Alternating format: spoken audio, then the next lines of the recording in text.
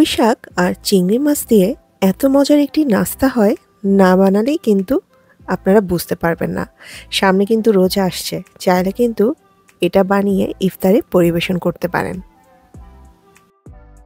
পুঁই শাকের পাতাগুলোকে ভালো করে ধুয়ে একটি কিচেন তাওয়ালের সাহায্যে আমি শুকনো করে মুছে নিয়েছি। সেই সাথে চিংড়ি মাছগুলোও ধুয়ে রেখেছি। একটি বাটিতে নিয়ে নিচ্ছি 1 কাপের মতো ময়দা, দিয়ে দিচ্ছি 1/4 কাপের মতো চালের গুঁড়ো। আপনারা চাইলে কর্নফ্লাওয়ারও ব্যবহার করতে পারবেন। লবণ দিয়ে দিলাম, দিয়ে দিচ্ছি মরিচ গুঁড়ো, হলুদ গুঁড়ো আর খুবই সামান্য পরিমাণ টেস্টিং সল্ট। কেউ যদি টেস্টিং সল্ট না দিতে চান সেক্ষেত্রে আপনারা চিকেন বা ভেজিটেবল স্টক পাউডারও ব্যবহার করতে পারবেন।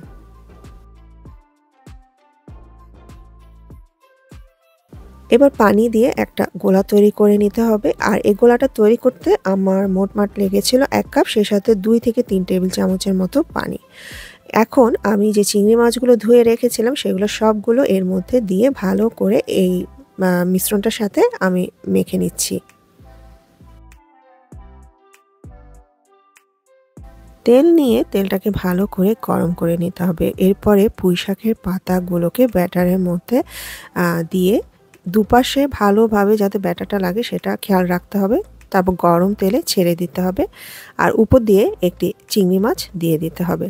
আর ভাজার সময় চুলাটা মিডিয়াম লো করে দিতে হবে, না হলে কিন্তু পুড়ে যেতে পারে। এভাবে করে প্রতিটা আমি করে নিচ্ছি আর ভেজে নিতে হবে একদমই গোল্ডেন ব্রাউন করে।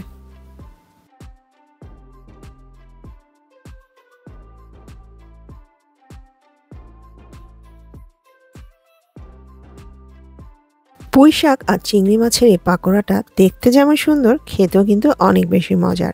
সামনে যেহেতু রোজা আসছে, আপনারা চাইলে ইফতারে এটা বানাতে পারেন।